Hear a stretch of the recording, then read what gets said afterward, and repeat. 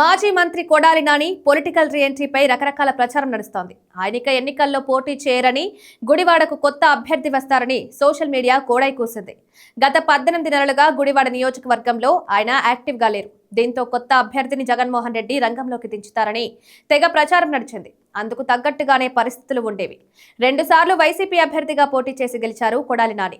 గత ఎన్నికల్లో మాత్రం దారుణంగా ఓడిపోయారు. దీంతో కొడాలి నాని ఇక రాజకీయాలను విడిచిపెడతారని పొలిటికల్ సర్కిల్లో ప్రచారం నడిచింది. అయితే దానిపై ఎట్టకేలకు క్లారిటీ ఇచ్చారు నాని. వచ్చే ఎన్నికల్లో పోటీపై ఫుల్ క్లారిటీ ఇచ్చారు. టీడీపీ ద్వారా పొలిటికల్ ఎంట్రీ ఇచ్చారు కొడాలి నాని. జూనియర్ ఎన్టీఆర్ తో పాటు ఆయన తండ్రి హరికృష్ణ ప్రోత్సాహంతో టీడీపీలో తనకంటూ ఉనికి చాటుకున్నారు. ఒక విధంగా చెప్పాలంటే వారిపై ఉన్న గౌరవం, విధేయతతోనే టీడీపీకి గుడ్ బై చెప్పాల్సి వచ్చింది. అయితే జగన్ వెంట నడిచిన తర్వాతే 2 సార్లు ఎమ్మెల్యే అయ్యారు. ఆపై మంత్రి అయ్యారు. కానీ అనుకోని రీతిలో మొన్నటి ఎన్నికల్లో ఓడిపోయారు నాని.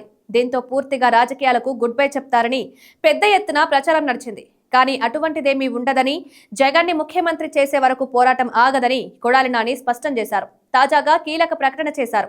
గుడివాడలోకి వస్తారని, జగన్ సీఎం అయ్యే వరకు అవిశ్రాంతంగా పోరాడతారని నాని ప్రకటించారు. 2004లో తొలిసారిగా గుడివాడ నుంచి పోటీ చేశారు కొడాలి నాని. ఆ ఎన్నికల్లో కాంగ్రెస్ అభ్యర్థిపై విజయం సాధించారు.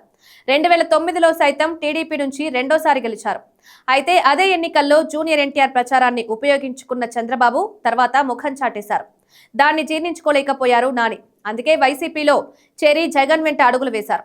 అయితే కొడాలి నానిని ఓడించాలని చంద్రబాబు 2 సార్లు ప్రయత్నం చేశారు. 2014లో సైతం ఎలాగైనా కొడాలి నానిని ఓడించాలని గట్టి ప్రయత్నమే చేశారు. 2009లో అయితే దేవినేని నెహ్రూ కుమారుడు అవినాష్ రంగంలోకి దించారు. అయితే 2 సార్లు ఆ ప్రయత్నం విఫలమైంది.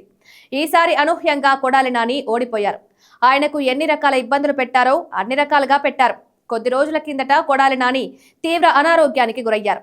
గుండెపోటుకు గురై అపస్మారక స్థితికి చేరుకున్నారు. ముంబైలోని ప్రముఖ ఆసుపత్రిలో గుండెపోటుకు సంబంధించి శస్త్రచికిత్స చేయించుకున్నారు. అయితే ఆపరేషన్ చేయించుకున్నాక గత కొద్ది రోజులుగా పొలిటికల్ గా సైలెంట్ గా ఉన్నారు. కొద్ది రోజుల్లో గుడివాడ నియోజకవర్గంలో యాక్టివ్ అవుతారని ప్రకటించారు. అయితే పొలిటికల్ గా సైలెంట్ అవుతారని భావించిన నాని నుంచి ప్రకటన వచ్చేసరికి టీడీపీలో ఒక రకమైన చలనం కనిపించింది. నాని యాక్టివ్ అయిన మరుక్షణం అరెస్టు చేస్తారని ప్రచారం నడుస్తోంది. వాస్తవానికి ఈసారి కొడాలి నానిని తప్పించి కొత్త వ్యక్తికి జగన్ చోటిస్తారని ప్రత్యర్థులు ప్రచారం చేశారు. కానీ తనకు అండగా నిలిచిన కొడాలి నాని లాంటి వ్యక్తులను వదులుకునేందుకు జగన్ సిద్ధంగా లేరు. కొడాలి నానిని క్రియాశీలకం కావాలని జగన్ స్వయంగా కోరినట్లు తెలుస్తోంది. త్వరలో పొలిటికల్ గా ఆయన యాక్టివ్ కావడం ఖాయమని సమాచారం. చూడాలి మరి ఏం జరుగుతుందో.